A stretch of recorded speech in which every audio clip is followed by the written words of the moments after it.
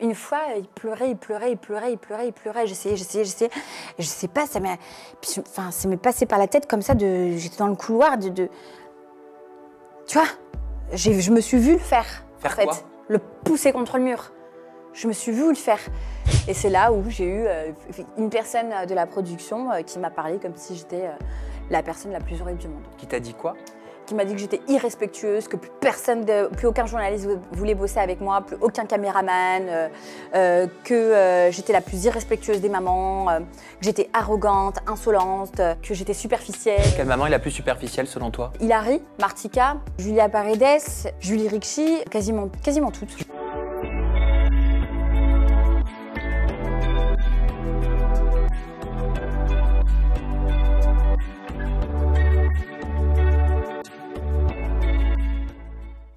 Je suis ravi de vous retrouver avant qu'Aja commence tout à l'heure à 19h30. Pour ceux qui êtes sur Twitch en ce moment même, et vous participez à ma toute première interview en toute intimité en live. En live, ça veut dire quoi? Ça veut dire qu'en fin d'interview, vous allez avoir l'opportunité de poser vos questions à Maëva Martinez. Ça veut dire que je ne peux pas couper. Ça veut dire qu'on est sans filet, Maëva Martinez. Ça va?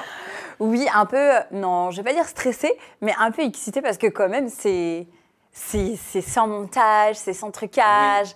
Et là, alors, tout à l'heure, ça ramène un petit peu de piment. Tout à l'heure, tu me disais dans les coulisses, j'ai fait ma toute première interview avec toi. Ouais. Quand tu étais sortie de Secret Story 10, c'était il y a plus de 6 Direct. ans.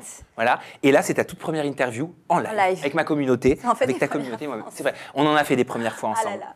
Bon, Maëva, je suis très heureux. Déjà, tout à l'heure, tu seras avec nous sur Aja. Et pour l'heure, je vais m'intéresser à toi et toute ma communauté au travers de cette interview en toute intimité.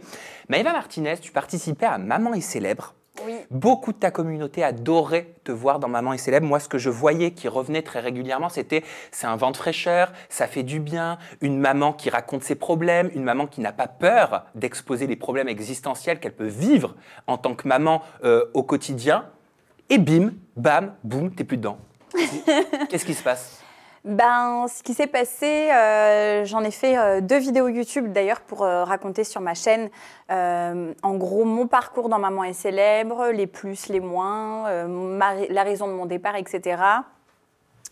Et puis, déjà, c'est vrai que c'était extrêmement fatigant, c'était des gros tournages. Mon fils, il n'était pas forcément... je sentais qu'il était un peu plus compliqué ces jours-là. Ah oui, tu as dit, je sentais bien que le rythme de Gabi n'était pas respecté. C'était un enfer. Comment ça, le rythme de ton enfant? En fait, par exemple, lorsqu'on va faire la sieste ou un coucher ou un lever, mais surtout un coucher, par exemple, c'est l'heure de la sieste. Et Gabriel, il a vraiment besoin de son rituel. Comme à peu près tous les bébés, c'est vraiment des rituels. C'est ça qui va aider un bébé à se rythmer, etc. Et en fait, le fait qu'il y ait une caméra, tu vois, par exemple, j'éteins la lumière, donc on fait un coucher, donc on voit tout le coucher, etc. Mais après, moi, je dois fermer la porte. Le caméraman reste dans la chambre, regarde la réaction du bébé avec le gros spot blanc.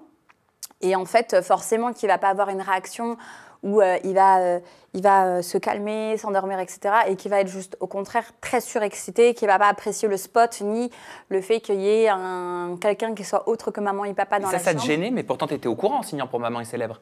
Alors oui, je suis au courant des tournages. Maintenant, c'est vrai que c'est des petites choses qui dépassent pour moi, tu vois. Okay. C'est-à-dire que le coucher devrait rester, on devrait s'arrêter là. Après qu'il y en ait une fois, bon, pourquoi pas, ça peut être intéressant, même si bon, je vois pas trop le truc intéressant, mais ça peut l'être. Donc je peux comprendre qu'on veuille le faire, mais moi j'avais déjà dit, non, c'est pas possible, il faut sortir parce que, dans tous les cas, là, il va pas siester. C'est-à-dire que je savais que c'est quelques secondes, voire minutes, ça allait gâcher sa sieste. Il n'allait plus pouvoir siester, donc de toute façon, toute la journée allait être gâchée après. Donc pas d'activité, donc machin. Et donc après, pression pour faire les activités, sauf qu'il n'est pas OK pour les activités, sauf que, après, ça engendre... moi, j'ai un bébé qui s'endort pas comme ça, qui n'est pas comme ça, donc en fait, il fallait vraiment respecter le rythme, et ça c'était pas le cas, du coup, c'est sur des petites choses comme ça, où vraiment me demander de faire des petites scènes où il marche, ou alors qu'on fasse ceci ou cela et qu'il n'est pas OK, mais qu'on me le redemande dans la journée, alors que, C'est beaucoup de pression pour moi, tu vois, et beaucoup de pression pour bébé. Donc, Oui, tu as dit que tu as même pris du Xanax tellement tu étais stressée, tellement tu avais de la pression. C'était une pression qui se manifestait quand, comment? Ouais. Est-ce que c'était pendant les tournages? Et tu disais aussi dans ta vidéo YouTube que tu t'es disputée, tu as eu des grosses altercations avec des journalistes qui travaillaient sur l'émission. Ouais, alors pour le coup, j'étais seule aux plus grosses altercations. Mais oui, ça m'est déjà arrivé de devoir dire non à un truc et que je mette dans l'embarras un journaliste et parce que lui, il a la pression de son côté et que ce soit très, très compliqué et que ce soit pas si bien organisé ou qu'on me dise oui pour des choses, oui c'est ok pour ceci, pour cela et qu'au final ça se passe pas comme ça. Donc c'est vrai que c'était assez compliqué et que ça se passe comme ça dans des tournages de télé-réalité. Bon, on a l'habitude et en soi on écoute un petit peu parce qu'on ne sait pas trop, etc. Là quand il y a un bébé en jeu, quand c'est ton enfant, forcément tu peux pas accepter tout. Tu peux pas être ok avec tout. Et c'était beaucoup de pression parce que moi déjà, mon petit c'était, encore une fois c'était rituel, fallait que tout soit au carré parce que c'était compliqué et une fraction de seconde, ça pouvait tout gâcher. Et voilà, ou encore me demander d'aller prendre une nounou. Enfin, moi, j'ai dû faire appel à tierces personnes pour qu'on garde mon bébé pendant que je fais les ITV qui sont en fin de journée. Et des fois, ça dure longtemps, même jusqu'à 22h30. Donc je devais demander à tierces personnes de venir m'aider. Alors qu'en fait, ils m'ont demandé, tu peux pas prendre une nounou pour garder ton fils pendant qu'on fait les ITV? Parce que quand on fait des ITV, forcément, ce soit comme là, calme. Comment tu l'as pris, cette réflexion? Mais c'est aberrant. Payer là, la nounou. Je veux bien, mais payer là, en fait.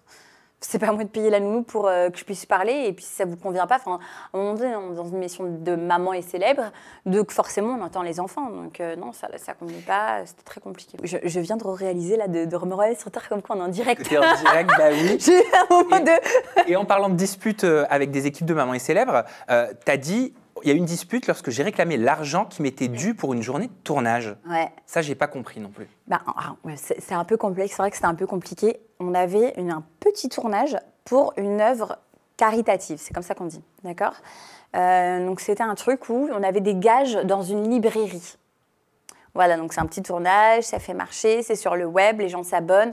Et la rémunération qu'a cette petite émission, c'est pour une des œuvres caritatives. Ah, tu parles de Silent Library, quelque chose comme ça. Silent Library. Et donc, sur Silent Library, où ils nous ont demandé de venir avec l'équipe Maman est célèbre et une équipe télé-réalité, Maman est célèbre se sont dit, tiens, on aimerait bien tourner ça, justement. Donc, c'était un tournage sur un tournage. Oui. Et donc, Silent Library serait durer quoi, 2-3 heures? Et c'est pour une œuvre caritative. Donc, on sait qu'on vient pour travailler, pour donner de l'argent et pas pour en recevoir. Maintenant, il y a un tournage qui vient, qui fait qu'on doit arriver très très tôt à Paris et qu'on repart très très tard chez soi. Et donc forcément, qui demande des interviews et beaucoup plus de trucs. Et au final, là où ça devait durer 3 heures, nous, on a eu une journée ultra ultra chargée. Donc forcément, vu qu'ils voulaient tourner ça, j'ai demandé si on était payé. Ils nous ont dit oui, effectivement, de toute façon, c'est une journée de tournage, donc vous êtes payé comme les autres jours. Et en fait, après, c'est avéré que non. Donc, moi, je me suis disputée pour réclamer cet argent que j'ai fini par avoir. Alors, la première année, j'étais payée 400 € par jour. Mais alors, j'ai vu qu'il y avait des réactions du genre non, mais comme si j'avais jamais travaillé d'ailleurs. Excusez-moi, mais j'ai déjà cumulé des travails pour. Genre, tu te plains alors que tu gagnais 400 € par jour, c'est une grosse somme. Sauf que c'est 400 € par jour que je gagne sur ma société. Donc, derrière, tu enlèves les impôts, l'URSSAF, les charges salariales, il reste quoi? 180 €. D'accord? Donc, 180 pour une journée. Une journée où, effectivement, c'est pas le même travail qu'ailleurs, on est exposé, etc. Il y a le truc à l'image, machin, donc oui, ok. Maintenant. Et puis, ça doit te rapporter aussi sur le côté. Alors. La visibilité, en fait, voilà, tout ce que tu peux faire derrière, le business, etc. Non, la deuxième année, là où j'ai exigé effectivement 800 € par jour, donc pour à peu près, en enlevant encore une fois toutes les charges, le truc salarial, machin, ça devait me rester quoi? Même pas 300 €, ok? Pas que je me plaigne, loin de là, mais là où je voulais en venir, c'est que... C'était quoi ta question? Le salaire. Le salaire. Tu disais, en deuxième saison, j'ai demandé 800 €. Là où j'ai demandé plus, c'est parce qu'en fait, j'ai remarqué que en termes de visibilité, ça ne m'apportait rien. Donc, je n'avais pas plus de personnes sur Instagram. J'avais pas plus de visibilité. Et quand je vois que c'est 8 heures de tournage, qu'on fait énormément de séquences dans une journée, que moi, personnellement, au niveau mentalement, c'est très dur, que pour le petit, au final, je vois que c'est compliqué, que Julien, c'est un peu compliqué, etc. Pour, au final, passer 3 minutes tous les 4 épisodes pour avoir des séquences en plus pas ouf, bah non. Donc je m'étais dit, bah moi je veux bien continuer, mais je suis gagnante sur rien. Donc au moins rémunère-moi plus parce que sinon je ne re-signe pas. Et comment l'a pris la production quand tu leur as annoncé que tu souhaitais quitter l'émission? Alors j'ai pas dit que je souhaitais quitter l'émission. En fait j'étais en train de réfléchir. Tu as été virée?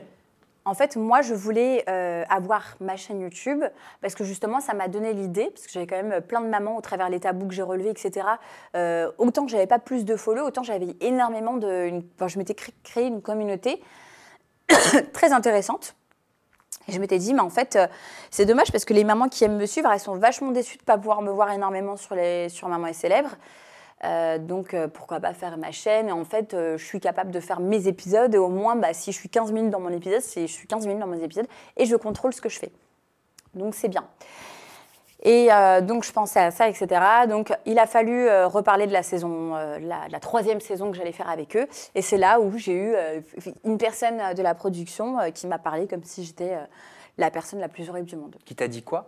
Qui m'a dit que j'étais irrespectueuse, que plus aucun journaliste voulait bosser avec moi, plus aucun caméraman, que j'étais la plus irrespectueuse des mamans, que j'étais arrogante, insolente, qu'on s'ennuyait de toute façon dans mes séquences, que j'avais rien à dire, que de toute façon j'avais pas de projet, que j'étais superficielle, que autant avant, c'était bien parce que j'avais parlé de ça, j'étais dans un déprim. Ton burn-out. Voilà. Et autant la saison suivante, franchement, ça restait en surface. J'étais vachement superficielle. Oh, je n'ai pas compris. T'as répondu quoi? Moi, j'étais sur le cul. J'étais grave sur le cul. J'étais choquée. J'avais vraiment envie de pleurer à chaudes larmes parce que je t'avoue que je ne m'attendais pas à ça. Tu sais, je me suis sentie vraiment humiliée, rabaissée. Et ça allait pas très bien déjà mentalement, donc entendre des choses comme ça, genre t'as pas de projet, bah oui j'avais un projet maison mais c'est tombé 2 fois à l'eau, oui j'avais un projet de programme sportif mais c'est tombé à l'eau, enfin moi tout tombe à l'eau parce que j'ai pas le temps, parce qu'il y a le programme Maman est célèbre, parce que j'en peux plus, j'ai déjà un burn, faut que je m'occupe de mon enfant, j'essaie déjà de joindre les 2 bouts, j'ai un restaurant qui tombe à l'eau, j'ai une autre agence à gérer parce que les gens savent pas mais j'ai d'autres trucs à gérer à côté, j'ai une marque que j'ai toujours pas sortie qui dort depuis 4 ans, enfin oui ça va déjà pas, donc fallait pas en rajouter, tu vois. C'était hyper difficile d'entendre ça, entendre que je suis ennuyante alors que j'ai relevé des tabous, que j'ai parlé de choses dont aucune maman n'a parlé dans cette émission-là, que je me suis montrée à nu, etc. Enfin, non, c'est un peu difficile. Dire que je suis superficielle, excuse-moi, mais comparé à certaines autres personnes qui parlent de choses, effectivement, qui sont un peu plus en surface, ça me paraissait un peu trop. Qui parle de choses en surface dans l'émission pour toi, quand tu regardais? À peu près la moitié. Tu vois, qui est le plus superficiel? Quelle maman est la plus superficielle selon toi? Par exemple, je dis pas qu'elles sont superficielles, mais qu'effectivement les sujets restent assez en surface. Ça va être, comment elle s'appelle, Hilary, Martika, Julia Paredes, Julie Ricci. En fait, non, quasiment toutes. Tu t'es dit qu'il fallait que tu fasses comme elle mes pour copines, pouvoir... Même mes copines qui m'ont dit, effectivement, moi, j'ai jamais osé parler de ça quand je l'ai vécu. Même Émilie qui a vécu tout ce que j'ai vécu, elle en a jamais parlé. Enfin, elle m'en a parlé après, quand moi j'en ai parlé. On a eu des discussions dans Maman est célèbre, mais si on n'en avait pas parlé. Donc, me dire à moi, qui me suis montrée, mais genre à nu, que ce soit physiquement ou psychologiquement, ce truc où je les ai emmenés sur des rendez-vous thérapeutes, etc., où je me suis ouverte, où j'ai pris le risque, à un moment donné où j'étais extrêmement fragile, de parler de mon burn-out, de parler de ma dépression postpartum, de parler de plein de choses, de la difficulté maternelle, avoir ce genre de discours après. Je sais pas, moi je lui ai dit, moi je veux bien me remettre en question, mais tu veux que je te donne quoi de plus? Qu'est-ce que tu veux de plus? En plus, du coup, la première saison, c'était déprime, burn-out. La seconde saison, pour moi, j'avais fait plein de trucs. J'avais fait plein de dépassements, des crosses, des trucs avec Émilie, des trucs fun, des trucs... On avait parlé d'autres trucs, donc j'avais l'impression vraiment de m'être donnée, tu vois. Et ça m'a énormément fait mal au cœur, ça m'a mis... Et pourtant, tu dis dans une de tes vidéos YouTube, c'était ma responsabilité, c'était pas la faute de la prod, c'est moi et ce que j'ai accepté aussi. Bien sûr, parce qu'en fait, à un moment donné, comme dans la télé-réalité, ça parle de harcèlement, ça parle de victimisation, etc. Ok, je veux bien. Mais à un moment donné, tu ne peux pas pointer du doigt ce que tu as toléré. Tu subis ce que tu tolères. Qui tolère? Celui qui est harcelé? Bah oui. Donc tu sous-entends que Aurélie Preston, elle tolérait son harcèlement? Alors, je ne me suis pas assez renseignée là-dessus, mais par exemple, dans la Villa des Cœurs Brisés, je suis partie pourquoi? La vérité, c'est que j'ai dit, écoute, moi, j'avais une personne de la production en face de moi, qui m'a demandé où est-ce que j'en étais, si j'étais capable de faire d'autres dates. J'avais déjà embrassé 2 garçons, un date et un candidat de télé, d'accord? Je lui ai dit, écoute, moi je veux bien rester, je veux bien continuer mon coaching, mais je ne me sens pas de dater encore et d'encore embrasser un garçon. J'en ai déjà embrassé 2, je trouve que c'est quand même beaucoup. Je n'ai pas envie de détruire mon image. Bon, bah merci, au revoir. Ok, mais ça a été clair, on m'a forcé à rien, j'ai dit les choses, ils m'ont dit merci, au revoir. Ça les intéressait pas. Tu vois ce que je veux dire? Donc, mais j'aurais pu continuer et rester dans l'émission. Le message que tu veux nous faire passer, c'est j'ai accepté, je suis partie. Oui, j'ai accepté, j'ai vu jusqu'où je pouvais aller. Voilà, ça me semblait intéressant de parler de tout. Et il y a aussi eu beaucoup de choses positives. Je suis très contente d'avoir participé à cette émission. Il y a eu plein de choses, j'ai connu plein d'activités, plein de mamans. Il y a eu plein de choses positives. Mais la finalité est que je trouve ça plus néfaste qu'autre chose. Tu t'entendais avec toutes les mamans? Je ne les ai pas connues toutes, mais les mamans que j'ai rencontrées, oui, je me suis bien entendue avec elles. Ouais. Qu'est-ce qu'elles ont pensé de ton discours? Tu as dû parler avec certaines? Oui, bah, je ne veux pas parler pour elles, pour ne pas les mettre en porte-à-faux, mais... Non, je ne veux pas parler pour les mettre en porte-à-faux. Mais... Non, mais voilà, je pense que je ne suis pas la seule à penser ce que je pense. On parle de ton rôle de maman? Ouais. Alors, tu as expliqué récemment dans une vidéo aux côtés de Jérém Star, et pour le coup, c'est plutôt dramatique. Ce que tu as pu dire parfois, c'est dur aussi à entendre. Tu as expliqué que tu as voulu mettre fin à ta vie plusieurs fois depuis que tu es devenue maman. Alors, fin à ma vie... Ça, je l'ai lu dans un article. Ouais, c'était plus... Alors, quand je dis... C'est pas une envie suicidaire.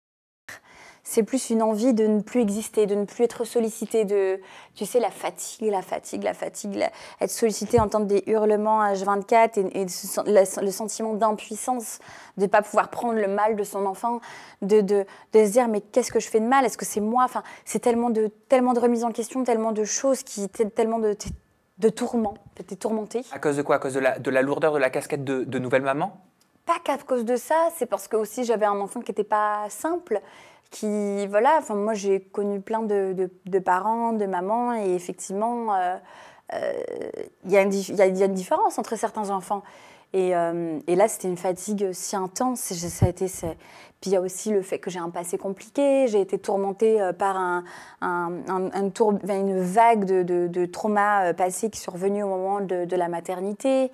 Et puis le sentiment d'être nulle, inefficace, de n'arriver à rien, de ne pas être capable. T'as regretté déjà d'être mère? J'ai pas regretté, je me suis demandé si c'était pour moi, si, tu vois, je me suis dit, ben en fait, est-ce que j'ai bien fait, quoi? Tu doutais de l'amour que t'avais pour ton enfant, parfois? Jamais. Jamais. Mais même, par contre, je voulais pas aimer autant dans ma vie. Parce que aimer autant, c'est être coincé. Et moi, j'ai eu une vie où je me suis dit, ben, je peux me barrer à tout moment, tu vois. Ça te faisait peur, cet amour? Trop fort, peut-être, que tu découvrais? Ouais, ben, ça me fait toujours autant peur. Hein. T'as peur au moment où on enregistre? Ouais. J'ai dû faire beaucoup de séances de thérapie pour arrêter. Parce que dans ma vie, je voulais ne plus être bloquée. Je voulais être libre, tu vois. Et en faisant un enfant, ben, tu sais, ça y est, tout ne dépend plus que toi. Si un jour il me dit qu'il est triste parce qu'il a le cœur brisé, je serais démolie, tu vois. Tu l'aimes, ton enfant? Ouais, plus que tout. Est-ce que tu le détestes parfois? C'est horrible ce que je vais dire, mais des fois je lui en voulais. Tu vois, j'en pouvais plus, j'en voulais. Je faisais la gueule. Quand il dit trop je t'aime à papa, ça me saoule. Je fais la gueule. Pourquoi? C'est un peu de la jalousie mal placée? Je suis jalouse. Mais laisse tomber. Attends, quand on a été en vacances avec Julien, il a passé son temps que sur papa. Alors, il y a eu le côté où je suis jalouse parce qu'en fait, ben, c'est cool, mais moi, je gère que les crises. Et en fait, j'ai pas de câlin, pas de bisous, pas de je t'aime. C'est que papa et pas maman. Et pourquoi? C'est frustrant. Mais c'est hyper frustrant. Déjà, de un, tout simplement, c'est frustrant parce que ben, j'aime mon enfant et que je veux qu'il soit à moi aussi. T'as l'impression d'être moins aimée? Moins aimée. Et deux, je me dis, mais est-ce que c'est pas de ma faute? Est-ce que toutes mes souffrances, ben, du coup, Tu vois, est-ce que finalement, ben, j'ai pas fait, il a pas ressenti quelque chose de super. C'est quoi, c'est une sorte de blessure de rejet peut-être? Ouais.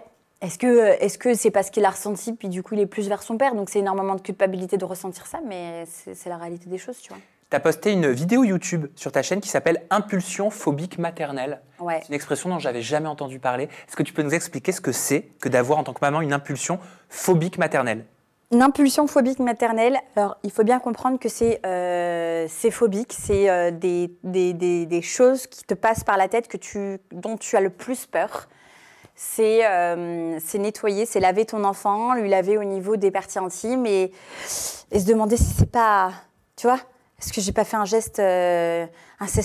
Est-ce que c'est normal? Est-ce que c'est, tu vois? Est-ce que t'as envie de le croquer au niveau des cuisses? Est-ce que tu dis, est-ce que c'est pas un geste incestueux? Est-ce que c'est normal? Ou alors plein de choses, tu vois, c'est voir des accidents à tout va, c'est ne plus en pouvoir et te voir dans la tête l'envoyer valser, enfin moi je me regarder dans le miroir, ne plus me reconnaître, tu vois. Ok, donc c'est ça des impulsions. En fait, c'est que des choses qui te passent par la tête qui sont horribles. C'est des choses horribles, les choses les plus folles qui te passent par la tête que tu ne ferais jamais. Non. On est d'accord? Mais tu culpabilises à l'idée même que cette pensée t'est traversée. Ouais. Une fois, il pleurait. J'essayais. Je sais pas, ça m'est passé par la tête comme ça. J'étais dans le couloir tu vois. Je me suis vue le faire. Faire en fait. quoi? Le pousser contre le mur. Je me suis vue le faire. Comme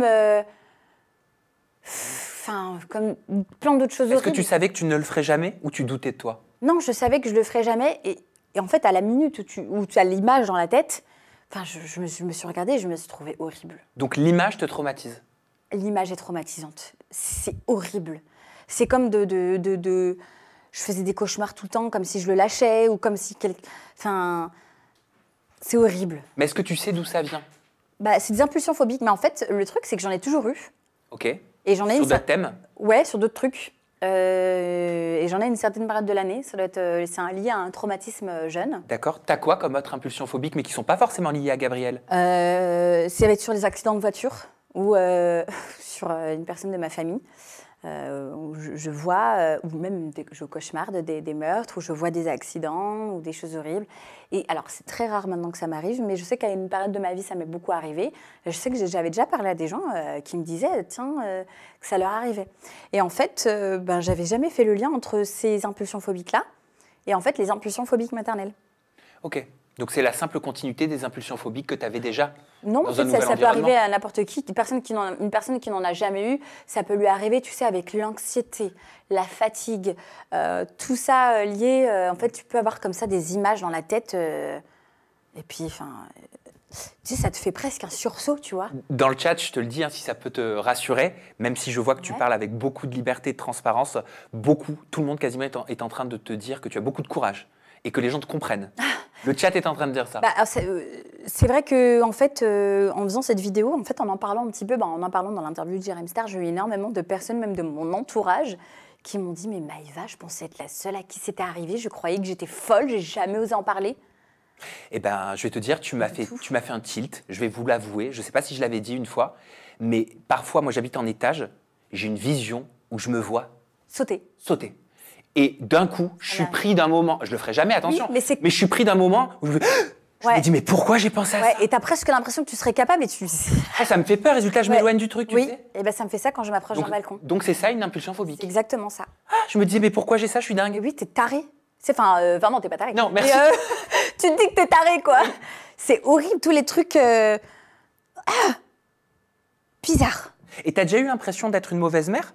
Parce que je t'ai entendu dire, je ne suis pas capable d'être maman. Ah oui, même des fois encore. Hein. Des fois, quand je me mets à hurler ou quand je suis fatiguée ou quand je perds le contrôle, que je me dis, mais en fait, je suis incapable de... J'arrive pas à travailler, à être mère, je suis fatiguée. Et en fait, ou quand je me dis, putain, en fait, j'aurais bien aimé partir en vacances tout le temps, machin. Ou je me dis, mais Maëva, tu sais, des fois, je me dis, mais je suis pas toute seule dans ma tête et je vais culpabiliser. Tu perds de l'estime de toi, de devenir maman? Oui. Oui, tu es tellement confrontée à plein de difficultés que, bien évidemment. C'est dur pour le couple aussi? Oh là là. Même ça, par exemple, pour le couple, se dire, putain, J'ai fait des vidéos avant, quand j'étais enceinte, où je disais oui. J'ai honte. Je crois que je les ai enlevées de mon Insta. En plus, je m'étais fait cravacher par plein de mamans et elles me disaient « Tu verras quand tu seras mère, tu verras quand tu seras mère ». Je me croyais tellement au-dessus. Oui, moi, mon bébé, il fera pas ci, il fera pas ça. Oui, moi, je serai mère, mais je serai toujours une femme. Je ferai toujours l'amour, je serai toujours sexy, nanana. Le pauvre, il se prend une nana qui est boutonneuse, les cheveux gras, pas lavés tous les jours. Donc, oui, et en plus, qui a envie une fois par mois, tu vois ce que je veux dire? Tu faisais plus l'amour? Enfin, comparé au rythme d'avant, c'est clair que c'est différent. Genre, pendant combien de temps ça vous est arrivé de ne pas avoir de relation intime? Depuis que vous êtes devenus parents? Ça va, parce que on a toujours essayé de faire un petit effort de se relier. Mais c'est déjà arrivé pendant un mois. Ça va, comparé à d'autres couples, mais... À ce propos, je te propose, je parle très bien français moi, de découvrir un extrait vidéo d'une interview que j'ai enregistrée avec Yesta, qui parlait des relations intimes dans son couple avec Benoît. C'est dur, hein. Je pense que ça va t'intéresser, tu vas pouvoir réagir, regardez. Alors déjà, après un accouchement, moi je suis pas du genre à remonter en selle direct. Hein. Déjà, calmons-nous, un être humain est sorti par là, donc on se détend. Mais ça mettait quelques mois, mais après, on faisait parce que c'était notre seul moyen un peu de se retrouver. Oui, c'est ça. Mais évidemment, c'était pas fréquent, c'était pas tout ça. Mais à la limite, c'est même pas ça. Tu sais, moi le rapport intime là, c'était pas ça pour moi le problème. C'était réellement le fait qu'on partageait plus rien.